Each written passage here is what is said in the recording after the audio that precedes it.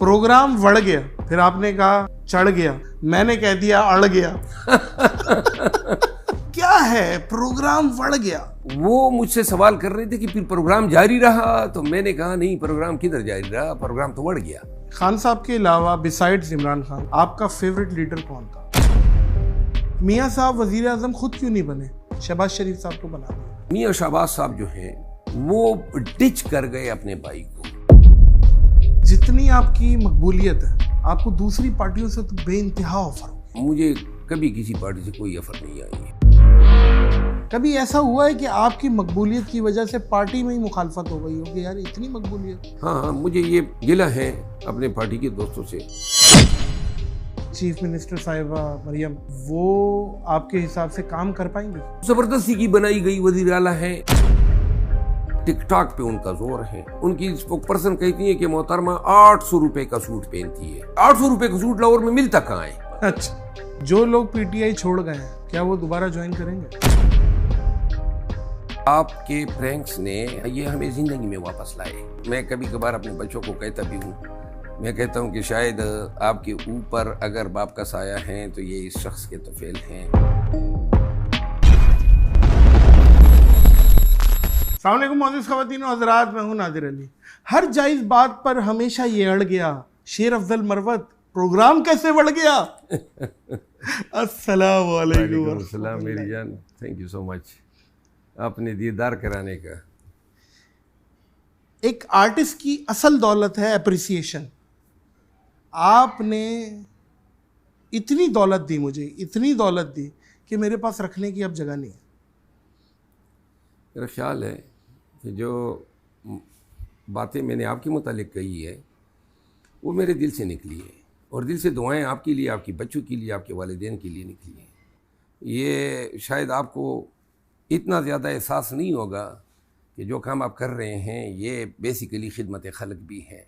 मुआशरे के वो लोग जो बड़े ही तनाव का शिकार हो, बड़े ही डिप्रेशन का शिकार हो, और जो ऐसे हालत में हो ना कि किसी के साथ बैठना गवारा ही नहीं करते हो, उनके लिए आपके प्रैंक्स देखना या आपको देखना या आपको सुनना तरियाक की हैसियत रखता है। मेरे लिए तरियाक का काम किया है। मोअज़्ज़िज़ ख़वातीन और हज़रात, जिनको नहीं पता उनको मैं बताऊं कि मरवत साहब, मुझे एक दिन मैसेज आता है कि भाई मैं शेर अफजल मरवत साहब बात कर रहा हूँ, और फिर जब वीडियो कॉल आती है और फिर जो इन्होंने मोहब्बत निछावर की, तो वो मुझे वहीं से अंदाज़ा हो गया, और मुझे अपने काम पे जो 1% प्राउड हुआ कि यार मुझे ऐसी शख्सियत जो कि इतना ज़्यादा पढ़ी लिखी और इतना पाकिस्तान के लिए दर्द रखती हैं, वो अप्रिशिएट करें। ये मेरे लिए खैर बहुत बड़ा अवार्ड है। आप यकीन करें कि सेम डे पे मुझे कपिल शर्मा ने पैगाम दिया आपकी तरह। खैर उन्होंने छोटा दिया, आपने तो पूरा वो ट्यूबवेल ही खोल दिया ना पर। और वो मुझे जो ज़ाती तौर पे, वो तो खैर उनका भी बड़ापन है, अल्लाह उन्हें कामयाबियाँ मुकद्दर करे। और भी आपके लिए मैं ये एहसान अपने साथ रखना चाहता हूँ, ये एहसान आपका मैं अपने ऊपर रखना चाहता हूँ। आपने जो अनगिनत लोगों पे एहसान किया है उसका आपको इदराक ही नहीं है। मैं एक गुमनाम शख्स था आपके लिए, आपको इल्म ही नहीं था कि मैं किस तौर आपसे मुतासर हुआ, क्यों कर और कैसे मैंने आपके प्रैंक से, आपके मज़ाहिया जुमलों से और आपकी बातों से मैं न कि सिर्फ महजूज हुआ बल्कि मैं बेसिकली नॉर्मल ज़िंदगी में वापस आया। ये वो लोग जो डिप्रेशन के मरीज़ रहे हो, जो ट्रेजिडीज़ का शिकार रहे हो, उनको बहुत ज़्यादा इस चीज़ का इल्म है। कभी आप साइकेट्रिस्ट से मिलें तो आपको बताएंगे मुख्तलिफ़ किस्म की थेरेपीज़ होती है। और मैं, लोग छुपाते हैं लेकिन मैं शायद आर नहीं समझता हूँ। मैं ज़िंदगी में माजी में कठिन मराइल से गुज़रा, और एक वक्त ऐसा आया कि ज़िंदगी बड़ी ही बोझ सी महसूस हो रही थी, और मैं आपके प्रैंक्स की एडिक्शन मुझे पड़ चुकी थी। तो जब भी टेंशन जो थी या तनाव की कैफियत बहुत ही ज़्यादा नाकाबिल बर्दाश्त हो जाती थी, और ये जब आप तनाव के शिकार हो जाते हैं या डिप्रेशन के शिकार हो जाते हैं और इसकी रोकथाम के लिए आपके पास कोई और वसीला नहीं हो सिवाय इसके कि आप दवाइयों पे इन्हिसार करें, तो और आप अकेले भी हो, तो मैं उस ज़माने में अकेला भी था और बहुत से मसाइल में गिरा हुआ था। तो मैं आपको बता दूं, पूरे मुझे पता है कि मेरी ये बात जो है पूरे मुल्क तक, तमाम लोगों तक जाएगी, लेकिन आपके प्रैंक्स ने हमें ज़िंदगी में वापस लाए। बहुत दूर हम जा चुके थे और मैं कभी कभार अपने बच्चों को कहता भी हूँ, मैं कहता हूँ कि शायद आपके ऊपर अगर बाप का साया है तो ये इस शख्स के तोफ़ैल हैं। ये आपको इदराक ही नहीं है कि ये टेंशन जो है, ये डिप्रेशन जो है, ये कितनी मोहलिक बीमारी है। और उस वक़्त ये 7 साल हुए हैं कि मैंने कोई एंटी डिप्रेशन गोली नहीं ली है, न फिर कभी टेंशन मेरे नज़दीक पुत का है, यानी नज़दीक आने ही नहीं दिया। इतना असाबी तौर पे मेंटली मैं मजबूत हुआ कि अब जो है बहुत, अल्लाह न करे, लेकिन बहुत बड़े से बड़ा ज़िया या नुकसान जो है ना, वो मुझे किसी डिप्रेशन या टेंशन में नहीं ले जा सकता है। वाह वाह मरवत साहब, ये आपका बड़ापन है। और मैंने एक बात की थी मोअज़्ज़िज़ ख़वातीन और हज़रात, कि शोहरत जो है ना, ये शेरनी का दूध है, इसे सिर्फ शेर ही हज़म कर सकता है। शेर भाई के नाम के साथ शेर भी लिखा है।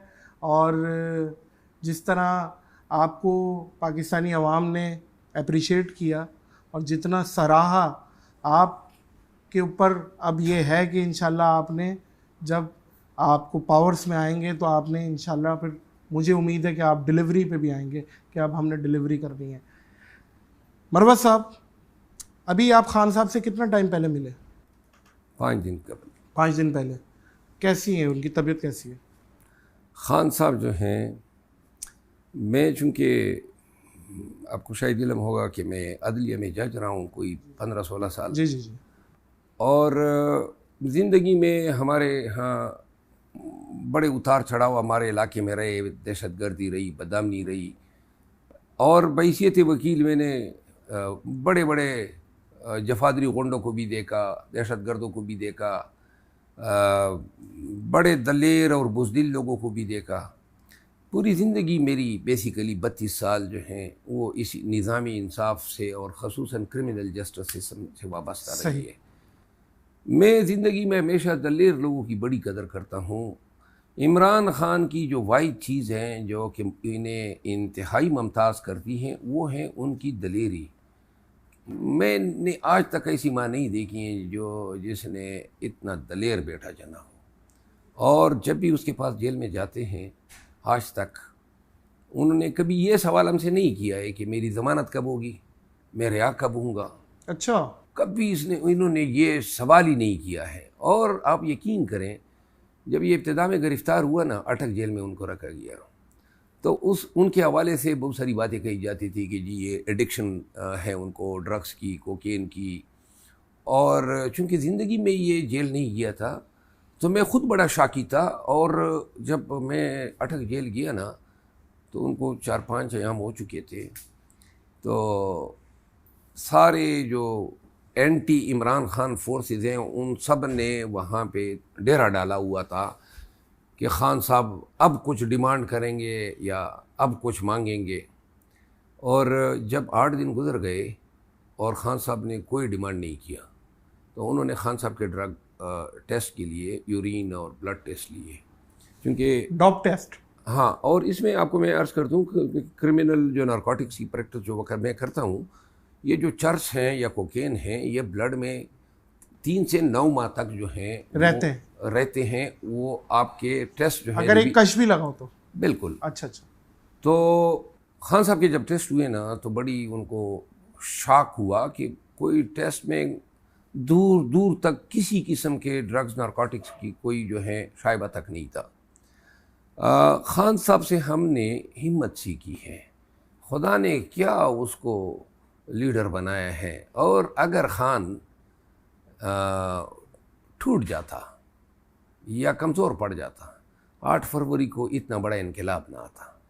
मैं मैंने ज़िंदगी में इतने प्रैक्टिस में और पश्तूनों के मुआशरे में रहते हुए ऐसे दलेर इंसान को नहीं देखा है, और ऐसे बहौसला आदमी को, और अभी तक डट के खड़ा है। और अभी भी जब हम जाते हैं तो बजाय इसकी कि हम उनकी हिम्मत बंधाएं, वो हमारी हिम्मत बंधाता है, वो हमें हौसला देता है।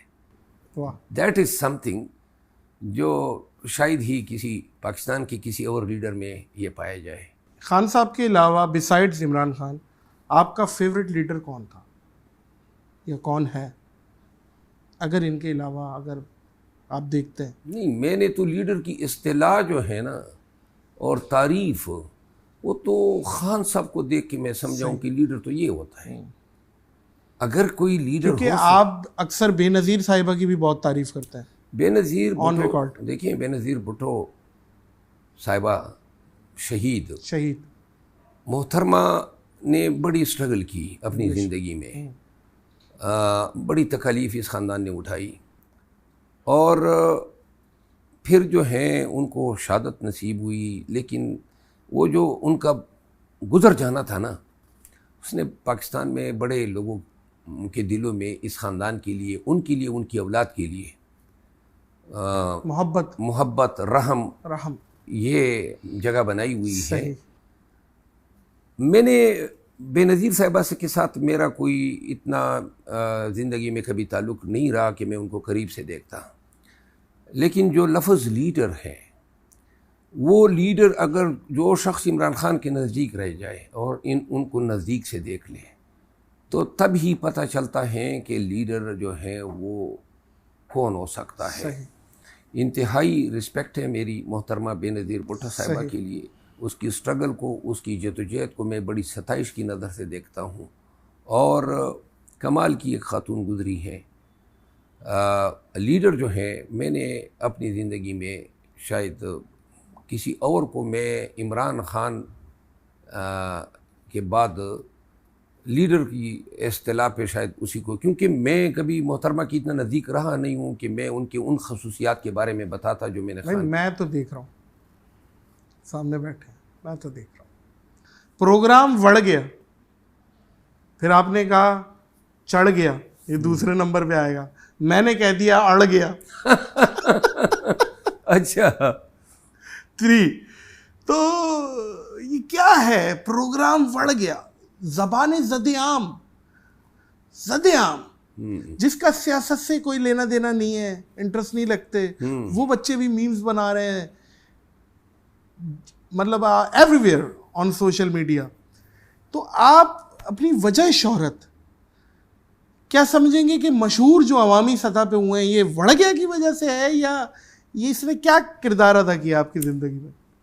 जो ये लफ्ज़ हैं बढ़ गया, ये सराइकी का मैंने सीखा था। वरना मैं डी खान में तैनात रहा हूँ बहैसियत जज। लोग माजरत के साथ लोग ये भी बोलते हैं गैर पार्लिमानी जुमला है, हालांकि ये था बोले जाने से पहले गैर पार्लिमानी था। अच्छा, मुझे नहीं लगता ये। अच्छा, मैं आपको बताऊं ना, हुआ ये कि ये मैंने डी खान में सीखा था, और मैंने बोला कभी नहीं था, वो जहन में था, कहीं किसी खाने में ये पड़ा हुआ था। तो उस अब्बासी साहब, वो साफ़ी थे जिसने ये सवाल किया कि वो प्रोग्राम का तो आपको पता होगा, जो प्रोग्राम था जिसके बारे में ये सवाल किया है, यही आपको इल्म नहीं है? हाँ।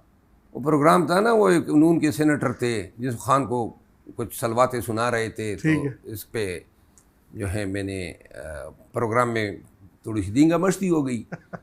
तो वो मुझसे सवाल कर रहे थे कि फिर प्रोग्राम जारी रहा, तो मैंने कहा नहीं, प्रोग्राम किधर जारी रहा, प्रोग्राम तो बढ़ गया।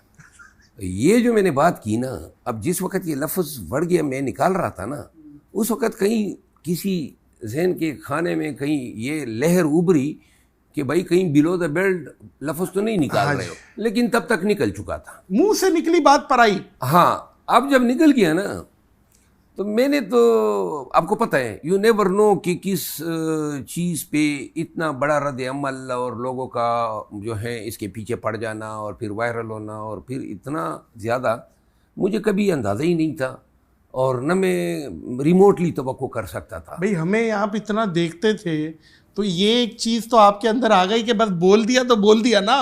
हाँ ना, वो एक दफ़ा तो हो गया सो हो गया, उसके बाद तो बात हो गई। अच्छा, अब जब ये लुग़त में उस ज़माने में मैंने फिर पूछा सराइकी ज़बान से और पंजाबी दानों से पूछा कि भाई आप अपनी ज़बान में इसकी क्या इस्तिलाह या मफ़हूम लेते हैं, तो इब्तिदा में मेरी अफसर शिकनी हुई कि जी ये तो बड़ा नेगेटिवली इस्तेमाल होता है, लेकिन 7 माह गुजरने के बाद या वो उस लफ्ज़ को लुग़त में अपडेट कर दिया गया।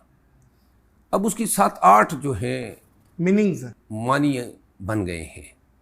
और मेरा ख्याल है कि चूँकि मैं पठान हूँ, पश्तून हूँ, और पश्तून की ज़बान से पंजाबी या सराइकी के इस लफ्ज़ की अदायगी पंजाबियों को बड़ी बा गई। वाह। और उन्होंने फिर इसका छस लेना शुरू किया, और वो जो हैं फिर लोगों ने मीम्स बनाने शुरू किए। बहरहाल जो भी हैं, जब भी जिधर भी एयरपोर्ट पे आज भी लोगों ने मुझे कहा जी पता नहीं लोगों को क्या पड़ी है, जब भी कोई मिलता है ना ये एक दफ़ा तो कह दो, बढ़ गया। ओ भाई क्यों कहूँ, मैं कोई जोकर तो नहीं हूँ, एक दफ़ा कह दिया सो कह दिया। हाँ, लेकिन लोग तकाजे करते हैं, पता नहीं उनको इसमें कोई मज़ा आता है, जो भी है वटेवर। लेकिन इस चीज़ पे मैं खुश हूँ कि चलो कौम को कोई चीज़ जो है वो जगाली करने के लिए तो मिली गई, जुगाली करने के लिए तो मिली गई। नहीं, बिल्कुल ऐसे ही है। बात ये है कि सम टाइम ऐसी चीज़ निकल आती है मुंह से जो कि यहाँ और यहाँ बैठ जाती है लोगों में। और अक्सर मैंने बड़े बड़े लोगों को, इंजीनियर साहब हैं, मोहम्मद अली मिर्जा, वो भी वड़ गया कर रहे होते हैं। आपकी ज़ाहिर है वो निकली हुई चीज़ है, तो फिर अब ये अपडेट हो गया हर जगह। और अच्छा, क्योंकि आप की पार्टी में खूबसूरती ज़रा हाईलाइट है, क्योंकि खान साहब ख़ुद खूबसूरत, फिर उसके बाद आप खूबसूरत, और फिर और बहुत सारी ख़वातीन भी खूबसूरत हैं। तो खूबसूरती का क्या कोई ख़ास ताल्लुक़ है, उससे प्रायोरिटी मिलती है? कोई ज़रा गुड लुकिंग आदमी होता है कि यार उसे आगे आगे प्रमोट। वैसे बुरा न माने, आप मुझे ब्यूटी कॉन्शियस बहुत लगते हैं। क्यों? हाँ, मैं आपको बताऊं, खान तो हैं शहजादा, हाँ, वो तो सदा का, जवानी में आप उसकी ये देख लें वीडियोस, क्या गज़ब डालते थे। और आज भी मतलब इस उम्र में भी दुनिया उसकी दीवानी है। जो बात है, लोग हर लीडर में कुछ कद कार्ड भी देखना चाहते हैं। इससे फ़र्क पड़ता है? फ़र्क पड़ता है, क्योंकि अब आप मियाँ साहब को देख लेना, मियाँ नवाज शरीफ साहब को। मियाँ साहब भी खूबसूरत है अपनी वालदा के लिए। हाँ, लेकिन ये है ना वो जो है ना मियाँ साहब पार्टी वालों के लिए भी। हाँ, और फिर बिलखसूस पंजाब की मैं आप नफ्सियात आपको बता दूँ। पंजाब में जो हैं ये नफ्सियाती तौर पे लोग जो हैं जिससे अटैचमेंट डेवलप करना चाहते हैं ना, वो चाहते हैं कि वो कद काट का सही हो, गुड लुकिंग हो, और तब भी फिर उसको किसी मर्तबे पे सरफराज करते हैं। खान साहब को ये सारी चीज़ें वरासत में मिली थी, खूबसूरती, फिर एक हीरो थे अपने तौर पे नौजवानी से, क्रिकेट, दुनियाई क्रिकेट भाई, वो तो अभी तक शादी की प्रपोजल्स आती हैं उन्हें। अब आप ये देखें ना, इतनी लड़कियां दीवानी है भाई, इसमें कोई शक नहीं है ना, इसमें कोई शक नहीं है। बहरहाल पाकिस्तान तहरीक आप हुस्न परस्त हैं या नहीं, दिल फेंक है या नहीं है, किस तरीके के आदमी है? रोमांटिक आदमी है, क्या है वो, हैं थोड़ा सा रिजर्व रहने वाले, या संजीदा आदमी है? दिलपेंक, हुस्न परस्त और संजीदा, ये 3 अलग-अलग इस्तिलाहें हैं जो डिफरेंट मफहूम रखते हैं। दिलपेंक या ठरकी, ये अलग चीज़ है, ये एक ही है, तकरीबन एक चीज़ है।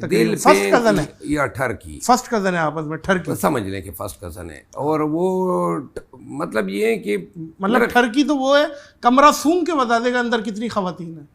This is the definition. नहीं, ये तो फिर बगैर ठरकी होगी, ये वाला बगैर ठरकी। हाँ, जो सिर्फ सूंघने पे, देखिए कोई तफरीक तो होनी चाहिए ना, ठरक के लिए भी कोई मैयार होना चाहिए। अब ये तो नहीं है कि सिर्फ सूंघ के बता दी। खातून होने के लिए पे ठरक की हिस्स का बेदार होना जो है ना, ये फिर ठरक नहीं है। एक साइलेंट ठरकी है, वो मैं बताता हूँ आपको। अच्छा। साइलेंट ठरकी क्या है? अब जैसे मिसाल के तौर पे ये खातून है खूबसूरत सी, अब ये देखिएगा दिस इज साइलेंट ठरकी। अच्छा, आपने देखा वो युद्ध हो गया, ये वाला भी है। तो क्या है मामला? मैं अपनी ज़ात के हवाले से ये तो कह सकता हूँ कि मैं शायद गुज़िश्ता 20 सालों से तो टर्की नहीं हूँ। टर्की नहीं है? 20 सालों से। 20 साल पहले थे? 20 साल पहले नौजवान थे या जवान थे, तो उस दौर में आपको पता है इतनी आपकी समझ बूझ भी इतनी नहीं होती है और आप लापरवाह होते हैं। लेकिन 20 सालों से मैं ये अपने बारे में कह सकता हूँ कि मैं हाँ अलबत्ता खूबसूरत चीज़ को या खूबसूरत शक्ल को पसंद करना, ये 99% इंसानों में अल्लाह ने ये हिस्स डाली दी है, मर्दों में खास तौर। मेरे ख्याल है ख़वातीन भी इससे बलातर नहीं है। हाँ, तो खूबसूरत खातून हो या मर्द हो, उसके लिए लाइकिंग जो है हर इंसान के दिल में पैदा होती है बिला तफरीक के। और तीसरी जो आपने बात की, एक तो टर्की दिलपेंग संजीदा, हाँ संजीदा जो आपने कहा, मेरे अपने इसमें मैं अब चूँकि जिस मुलाजिमत से वाबस्ता थे और फिर जिस पेशे से वाबस्ता हैं और फिर अब जिस सियासत से वाबस्ता हैं, अब यहाँ पे हमारे लिए शब रोज़ गुजारना इस तरह है जैसे मस्जिद का इमाम होता है, क्योंकि हम छोटी सी छोटी गलती भी अफोर्ड ही नहीं कर सकते हैं। पूरी दुनिया के कैमरे, पूरी दुनिया की जासूसियाँ, मोबाइल, हर किस्म की हैकिंग, ट्रैकिंग, ये सारी चीज़ें हमारी जारी होती है। और मुझे इल्म है कि कोई छोटी सी गलती कभी मतलब अफोर्ड किया जाना, तो लिहाजा बाय डिफ़ॉल्ट अब कोई चीज़ नज़दीक नहीं आ सकती है। मियाँ साहब वज़ीर आज़म ख़ुद क्यों नहीं बने? शहबाज शरीफ साहब को बना दिया। इब्तिदा में 2 थ्योरीज थी। एक थ्योरी तो ये थी, और जो ज़्यादा कि 17 सीटें आई नून की, और 17 सीटों पे जो हैं उन्होंने ये मैंडेटरी किया फार्म 47 के ज़रिए। मियाँ साहब जो थे, इलेक्शन से एक रोज़ कबल उन्होंने तमाम इलेक्ट्रॉनिक और प्रिंट मीडिया में इश्तिहारात दिए और लिखा जी कि कौन आ रहा है, नवाज शरीफ वज़ीर आज़म आ रहा है। सही। जब से वो लंदन से आए थे यही उनकी कैंपेन थी, वज़ीर आज़म नवाज शरीफ लोगों के ज़हन में बिठाना चाहते थे। लेकिन हुआ ये कि अचानक नवाज शरीफ के बजाय शहबाज शरीफ वज़ीर आज़म बन गए। अब ये कोई इतना छोटा मसला नहीं है कि वो बन गए, ये बन सकता था, वो नहीं बन सकता था। इसके पीछे फर्स्ट थ्योरी ये है कि मियाँ साहब ने कहा, जिसका हमें शायद इतना यकीन नहीं था, उन्होंने कहा जी कि भी मैंडेट तो लोगों ने मुझे दिया नहीं है, तो ये 17 सीटें इस दफ़ा दी हैं, अगर मैं इस मैंडेट पे बैठ गया और वज़ीर आज़म बन गया तो शायद मेरी पार्टी ख़त्म हो जाए, तो लिहाजा मैंने नहीं बनना है। मुझे सादा अक्सरियत भी मिल जाती तो मैं करता। असल वाक़यात ये हैं कि मियाँ साहब का लाया जाना, उनके मुकदमात का ख़त्म किया जाना, उनकी बेटी के मुकदमात का, उनके भाई के मुकदमात का, जरदारी साहब के मुकदमात का, ये सब एक ग्रैंड लंदन प्लान का हिस्सा था। लेकिन जब इलेक्शन हुए और 8 फरवरी को नताइज ये आए, मियाँ साहब की शेड्यूल डिक्लेयर्ड विक्ट्री स्पीच उन्होंने रखी थी, 11 बजे उसे मॉडल टाउन में स्पीच करनी थी। लेकिन रात के 10 बजे के बाद, 8 फरवरी की रात 10 बजे के बाद आप लाइव ट्रांसमिशन देख लें, आपको नून और पीपल पार्टी का कोई भी बंदा नहीं मिलेगा, क्योंकि उनको नताइज मिल गए थे और वो सब गायब हो गए थे। और सुबह के 9 बजे तक उनका कोई लीडर मौजूद नहीं था स्टूडियोज़ में, क्योंकि दे गॉट द रिजल्ट्स। तो मियाँ साहब जो हैं, अब दूसरी जो थ्योरी है वो ये है कि मियाँ शहबाज साहब जो हैं वो डिच कर गए अपने भाई को, और वो सीरियसली, हाँ, और वो चूँकि ज़्यादा काबिल कबूल हैं, मियाँ साहब के बारे में ये कहा जाता है कि वो फिर भी अड़ी कर जाते हैं, तो लिहाजा, और शहबाज शरीफ साहब जो हैं इस मामले में फिर बड़े कोऑपरेटिव हैं। मियाँ शहबाज शरीफ को, और साथ में कंपनसेशन के तौर पे मरियम बीबी को, वो भी फेल हुई है सूबाई असम्बली की सीट पे, लेकिन वज़ीर बन गई है, वज़ीर आज़म चीफ मिनिस्टर। अब जो है मैं समझता हूँ, बल्कि पीटीआई की बहुत सारी स्कूल ऑफ थाट ये समझती हैं कि वज़ीर आला पंजाब और वज़ीर आज़म ये दोनों डिफेक्टिव हैं, इनके माबेन शदीद तनाव है और मियाँ साहब जो हैं, आप ये देखें ना, अभी शहबाज शरीफ साहब गए उम्रे पे, फ्री का उम्रा था। मियाँ नवाज शरीफ फ्री का उम्रा किधर बखशता है, वो फ्री की उम्रे पे उनको नहीं ले जाया गया। ठीक है ना जी, फ्री के उम्रे, यानी मियाँ नवाज शरीफ फ्री का उम्रा छोड़ दे। दूसरी बात यह है कि मियाँ नवाज शरीफ को किसी ने सुना है कोई 15-20 दिनों में? इसकी तो लगता यह है कि शायद ये नज़रबंद कहीं ना हो, क्योंकि अब उसको दिखाया गया उस दिन तनूर पे गया है रोटी की कीमत पूछने। मोहतरमा जो है वो पंजाब पे फिल वक्त इत्तेफाक किए हुए हैं, लेकिन आले शरीफ में तनाव की कैफियत है। और शायद मियाँ साहब जो है, मियाँ नवाज शरीफ साहब, उसको बाहर इसलिए नहीं जाने दिया जा रहा है कि कहीं वो उधर ही से लंदन न सुधार जाए, क्योंकि एक दफ़ा ये बाहर निकलेगा तो फिर इसने फट जाना है, फिर इसने बता देना है, और लंदन प्लान का फिर ये खुद इकरार करेगा। और जैसे आपने बताया कि चीफ मिनिस्टर साहिबा मरियम, वो आपके हिसाब से काम कर पाएंगी एज अ चीफ मिनिस्टर? देखिए, इख्तलाफ अपनी जगह, कोई एक आपको कोई लग रहा है कि कुछ कर पाएंगी एग्जीक्यूशन? ये इसके लिए एक तो कमिटेड होना है। देखिए, आप अगर एक काज पे एक जॉब की फ्राइज संभाल लेते हैं कि भाई मैंने आवाम के बेहतरी के लिए ये मिशन जो है पेश करना है, ये मेरे गाइडलाइंस है, ये मैंने ऑब्जेक्टिव्स हासिल करने हैं। मोहतरमा की पार्टी या मोहतरमा खुद आई है इक़्तिदार पे बैठी हैं, कभी किसी को बताया है कि हमने करना क्या है, क्या उनके टारगेट्स हैं? क्योंकि पंजाब चारों सूबों में सबसे ज़्यादा डेवलप सूबा है, सबसे ज़्यादा पढ़ा लिखा है, सबसे ज़्यादा ज़रखेज़ है और सबसे ज़्यादा आबादी वाला है। तो कुछ एडवांटेजेस तो पंजाब को पहले से हासिल है। सही। लेकिन मोहतरमा से ये तवक्को रखना कि वो पंजाब की सियासी तारीख़ में अपना नाम कोई रिकॉर्ड कराएगी, ये इसलिए मुमकिन नहीं है कि न तो इसके पास मैंडेट है आवाम का कि वज़ीर आला बने, नंबर 1। ये तो ज़बरदस्ती की बनाई गई वज़ीर आला है जो आवाम ने नहीं चुनी है, नंबर 1। नंबर 2 बात ये है कि ज़्यादातर आप देखें टिकटॉक पे उनका जोर है, यानी कि वो उनकी स्पोक पर्सन कहती है कि मोहतरमा 800 रुपये का सूट पहनती है। 800 रुपये का सूट, यानी 15 लाख 20 लाख रुपए की तो ये सैंडल और शूज पहनती है। वो आजकल कंपैरिजन आ जाता, तस्वीर के साथ लगा के नीचे डॉलर की प्राइस लगा देते हैं। हाँ। कि इतनी की और 15-20 लाख रुपए की तो ये 2-2 पर्स तब्दील करती हैं दिन में, आगे से ऊपर से। 800 रुपये का सूट लाहौर में मिलता कहाँ है? मतलब लाहौर में मिलता कहाँ है? और फिर आप उनकी वो जो 2 इनके साथ फिरती हैं खवातीन, 800 शायद डॉलर तो नहीं कह रही थी, नहीं झूठ बोल रही थी। 800 रुपये का सूट, और वो भी मरियम बीबी जो है ख़रीदे। मतलब एक ऐसी चीज़ बताए ना जो अकली तौर पे। बहरहाल मोहतरमा जो है तारीख़ में मैं ये पेशन गोई कर रहा हूँ।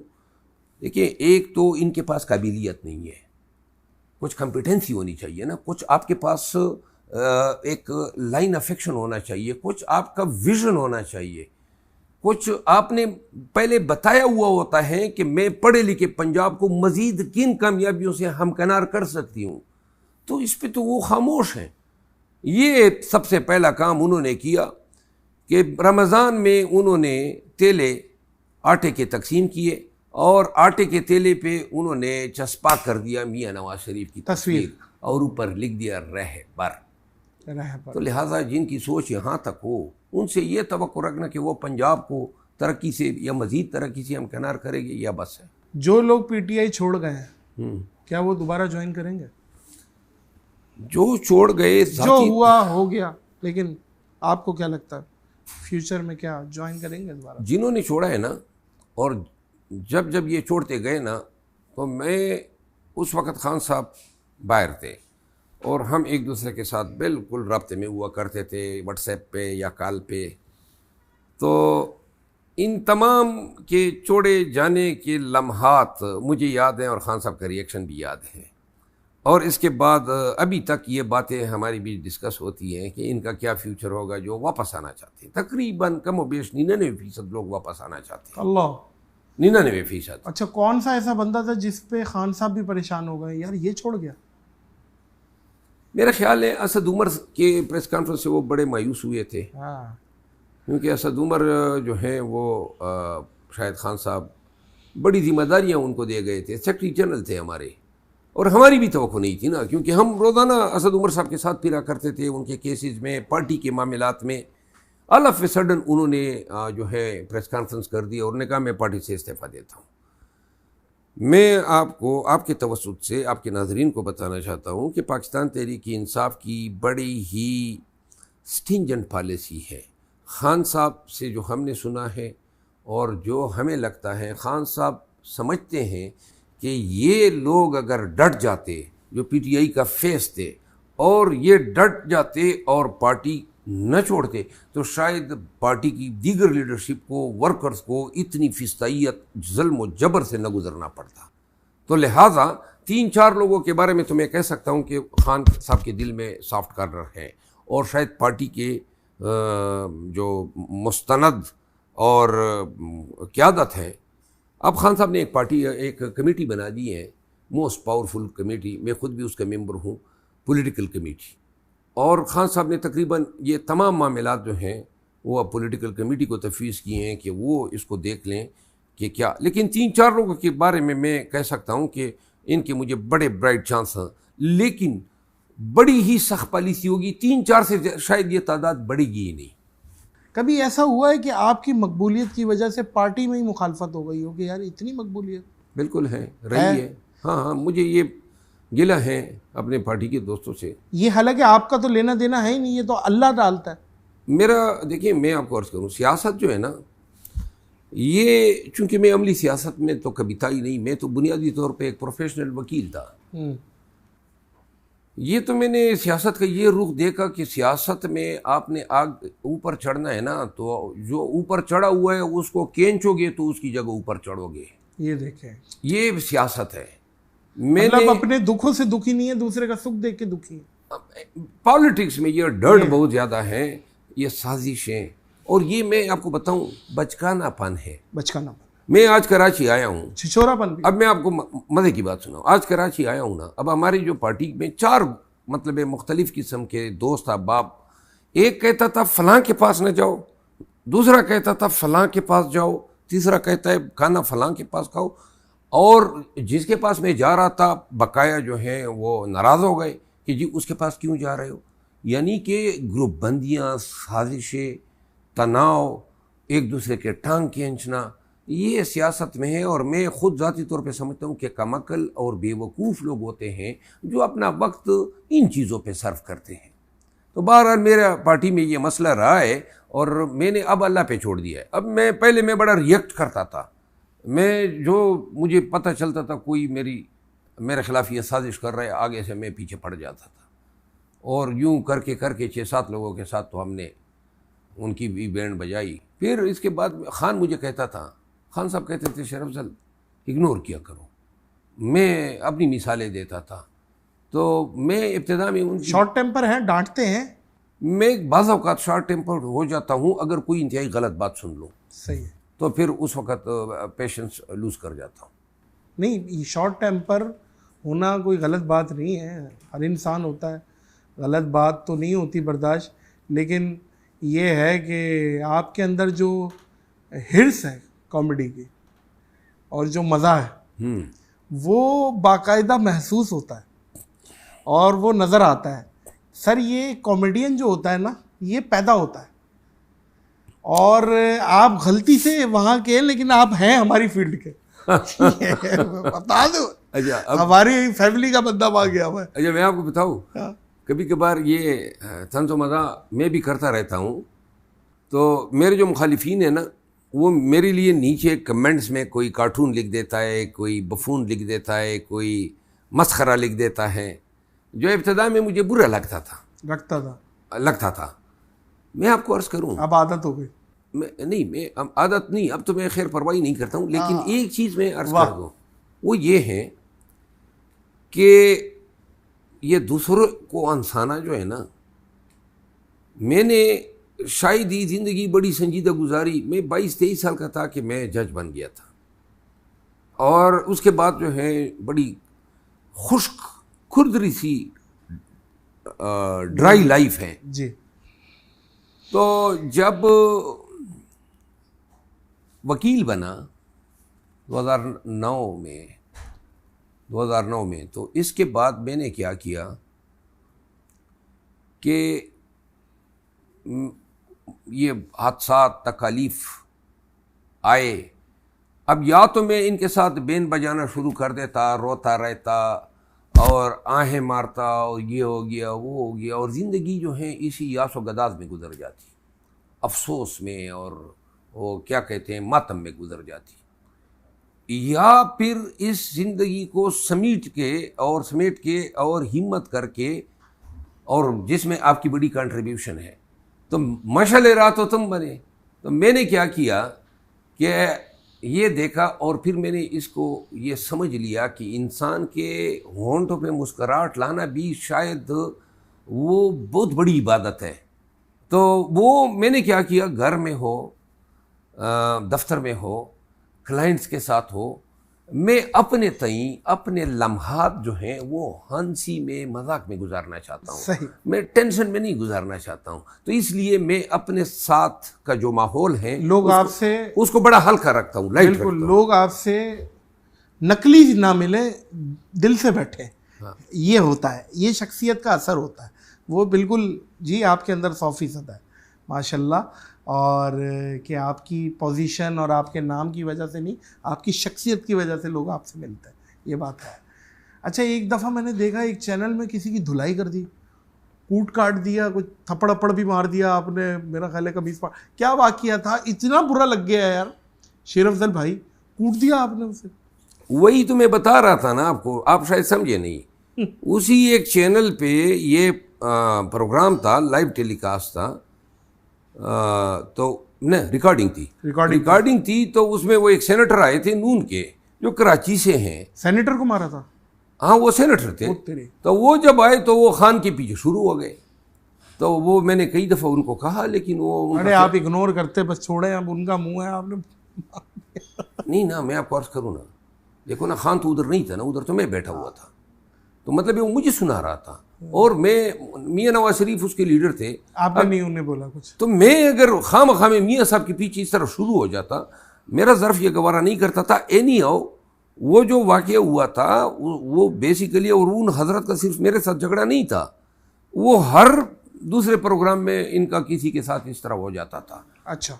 तो वो फिर इस तरह ये वाक़या सरजद हुआ था। खान के पीछे वो उसको बूट चाट कह रहा था, उसके पीछे उनको सलवातें सुना रहा था, बल्कि अर्जा सराई कर रहा था, गालम गलोच तक देने पे आ गया था। तो मतलब ये अब जो भी देख रहे हैं पॉलिटिशियन वो जान लें, आपके सामने अगर ये चीज़ हुई तो पिटाई है। अगर खान को कोई गाली देगा तो पिटाई मस्ट है। पिटाई मस्ट है? हाँ। गाली तो खैर गैर पार्लिमानी चीज़ है, गाली तो अगर कोई देगा तो बस ठीक है। मुझे ऐसी, इसको ऐसा कर दे, गाली को ऐसा सनत कोई न दे कि मैं इतना डिसेंट हूं, गाली ना दे। बेशक मैंने उस दिन भी कहा था कि मैंने कहा ये मुझे देता तो शायद मैं बर्दाश्त कर लेता, लेकिन मेरे लीडर को मेरी मौजूदगी में इस तरह करना कोई आसमान से उतरा है। जब वो अपनी जबान से ज़हर फशानी करेगा, किसी दूसरे के लीडर को बुरा भला कहेगा, तो फिर ऐसे नताइज के लिए उनको। अच्छा, जितनी आपकी मकबूलियत है, आपको दूसरी पार्टियों से तो बेइंतहा ऑफर होगी, इधर ही आ जाए। तैयार बंदा तो हर किसी को चाहिए। मुझे कभी किसी पार्टी से कोई ऑफर नहीं आई है, क्योंकि मेरी कमिटमेंट ही खान के साथ इतनी गहरी है, इतनी वाज़ेह हैं, इतनी बबांगे नहीं आई है या नहीं गया या जाऊंगा नहीं। देखिए, ऐसा नहीं हो सकता कि नहीं आई है। नहीं, मैं अपनी पार्टी में आपको ले रहा हूँ, सुनिएगा। अच्छा। मैं डांस पार्टी बना रहा हूँ। अच्छा। उसमें हम आपको ले रहा हूँ। अच्छा। मैं आपको अर्ज करूँ ना, सियासत में सियासतदान बड़े सियाने लोग होते हैं। हाँ। वो देखते हैं ना कौन कितना कमिटेड है। खान के साथ हमारी कमिटमेंट जो है ना, वो कोई वक्ती भी नहीं है, दुनियावी भी नहीं है, क्योंकि वो शख्स जो हैं वो अपनी जंग तो नहीं लड़ रहा है, ना उनके अपने कोई काज हैं, ना कोई उनके अपने मफादात हैं। ये वाहिद लीडर हैं जो कौम की फ़ाइट कर रहा है। वो जेल में पड़ा है, कब की ये डील करके जा चुका होता। हमें इल्म है ना कि उनको क्या क्या ऑफर्स हुई, वो जज सकता था, जेल को अवॉइड कर सकता था, लेकिन फिर ये 8 फरवरी भी ना होता, इतना मैंडेट भी नहीं मिलता। बहरहाल मुख्तसर ये कि ख़ान साहब जो हैं अल्लाह उसको ढेर सारी ज़िंदगियाँ दें, लेकिन जब तक वो बाकायदे हयात हैं या जब तक वो हमें धुतकार न दें, धुतकार न दें, हाँ, जब तक वो हमें कहें कि मुझे ज़रूरत नहीं है, खान का साथ छोड़ने का हमारा कोई इरादा नहीं। हज़रत दूसरी की थाली में ना लड्डू बड़ा लगता है हमेशा। अच्छा, बहैसियत जज मरवत साहब, कोई ऐसा फैसला जिस पे आप करते हुए आपके भी हाथ कांपे हो?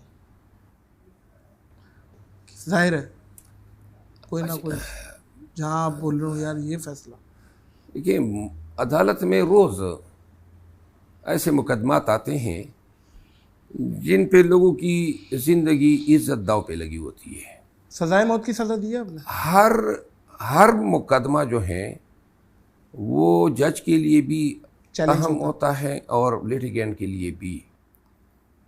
मैंने हज़ारों फैसले किए हैं ज़िंदगी में, और मेरी ये खूबी थी कि मैं बहुत जल्दी फैसले पे के यानी फैसले पे पहुंच जाता था। बड़ा क्विक जो है मैं ग्रास्प करता था, ताख़ीर का शिकार नहीं किया करता था मुकदमात को।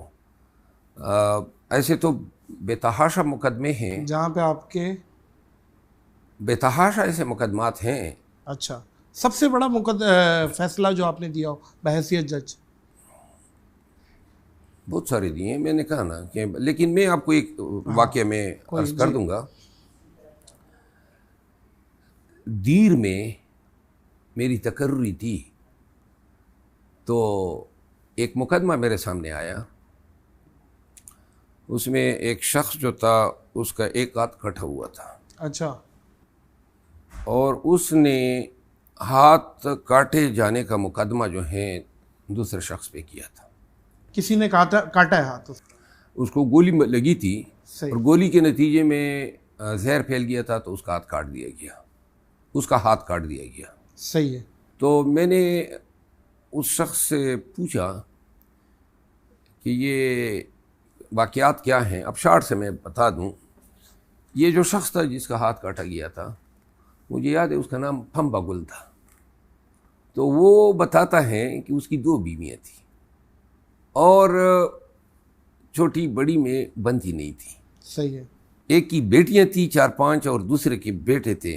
जो बड़ी थी उसके बेटे थे और छोटी की बेटियां थी। तो वो छोटी जो है वो चली गई ससुराल। तो पीछे से जो सोतन थी उसने हवा उड़ा दी, क्योंकि शोर कहीं बाहर गया हुआ था कि जी वो तो घर आई नहीं है, गायब हो गई हैं, गोया उनको उनके खिलाफ भागने का कोई शोशा छोड़ दिया। तो वहाँ लोगों ने लश्कर बना लिया और लश्कर के नतीजे में वो गए और उस खातून और उनकी बच्चियों को अपने बाप के घर से उठा लाए। इतने में वो हाथ कटा जो था वो भी आ गया, यानी जो इसका शोर था। तो लोग फैसला करने बैठ गए कि अब इसका क्या फ़ैसला करें। तो फैसला जब हो रहा था, ये लोग सुन के हैरत में मुब्तला होंगे, लेकिन मुझे याद है ये सन 97 की बात है, 97। तो उन्होंने कहा, एक ने कहा जी कि ये जो 3-4 लड़कियां हैं इसमें से एक लड़की ताने कचेरी की मलकियत होगी, एक लड़की जो है फलां मलक यकूत खान, मुझे याद है यकूत खान था, ये उसको दी जाएगी। तो मैंने कहा ये क्या मतलब है, थाने कचेरी का लड़की से क्या ताल्लुक है? उन्होंने कहा जी ये बेचेंगे तो इस पे जो कचेरी का खर्चा होगा, हाँ वो जो बेचेंगे, वो जो थाने कचेरी का खर्चा होगा वो इसी से हम उठाएंगे या सस्टेन करेंगे।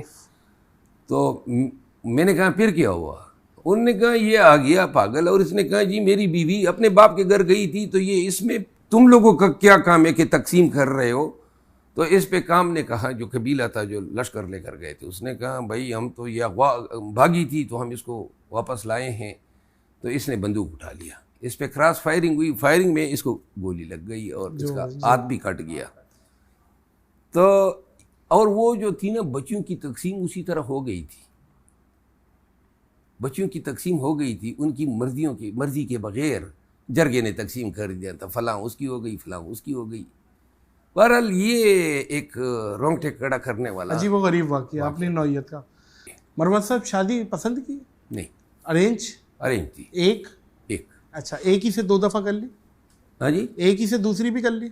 हम, मैंने तो अपनी बीवी से दूसरी भी कर ली ना, दूसरी शादी उसी से कर ली। अच्छा, ताकि ये जाहिर है सपना है एक बंदे का, पूरा तो हो नहीं सकता। अच्छा। तो उसी से दोबारा। अच्छा, तो मैं तीसरी तो भी उसी से नहीं, सोच रहा मुझे हूँ। तो दूसरी का तस्वुर भी जो है ना वो अच्छा, बुलाया हुआ है। बुलाया हुआ है। हाँ, मैं दुनिया भुला दूंगा, भाई क्या बात है। अच्छा मरवत साहब, मैं एक मिनट, मैं 2007 में मेरी बेगम ने मुझे कहा कि आप दूसरी शादी कर लें। कर ले। मुझे कहा, क्योंकि 2006 की बात है, मेरा बेटा उस वक्त तक पैदा नहीं हुआ था और 5-6-7 साल हो गए थे, 6 साल हुए थे। तो बेगम ने कहा दूसरी शादी कर लें ताकि औलाद नरीना हो जाए। मेरे वालिद साहब ज़िंदा थे और आपको पता है हमारे पठान मुआशरे में औलाद नरीना के लिए लोग दूसरी शादियाँ भी करते हैं। अच्छा। उस दौर में उन्होंने कहा था कि आप दूसरी शादी कर लें, और बड़ी संजीदा। फिर मैंने उसे टाइम लिया, और टाइम लेने के बाद मैंने फिर उसको सोच के बता दिया। मैंने कहा मैं अपने औलाद की खुशी के लिए तुम पे सौतन लाने का ज़ुल्म नहीं कर सकता हूँ। तो फिर मैंने उसके बाद जो है क्योंकि किसी खातून के साथ, और बिलखसूस वो अगर आपकी शरीक हयात है, उसके साथ सबसे बड़ा ज़ुल्म ये है ना कि आप अपनी किसी खुशी के लिए या अपनी औलाद की मजबूरी के लिए उस पर सौतन ले आए। उसकी भी एक ही ज़िंदगी है ना। अब वो अपनी पूरी सब कुछ जो है वो जला के आपके घर आ जाती है, और फिर जो है आप कहें कि अपने सारे रिश्ते ख़त्म करके घर आती है, यकीनन, और घर आके आपके सारे ख़त्म करा देती है। हाँ ये भी ऐसी भी है। ये भी ना ऐसी भी है, नहीं है।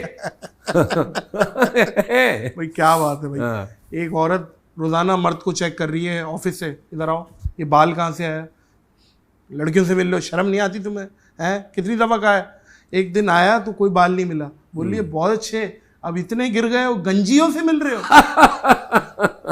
अब ये भी है ना, मतलब शक एक कीड़ा है। शक, मैं आपको अर्ज करूँ, आज से कोई 7 दिन कबल मेरे बेड पे पता नहीं कि किसी खातून की रिंग पड़ी थी, अल्लाह, घर के अंदर जो बेड था। उफ। अब खातून की रिंग थी या नहीं ये भी मुझे अंदाजा नहीं, क्योंकि उसमें कोई पत्थर लगा हुआ था। हाँ।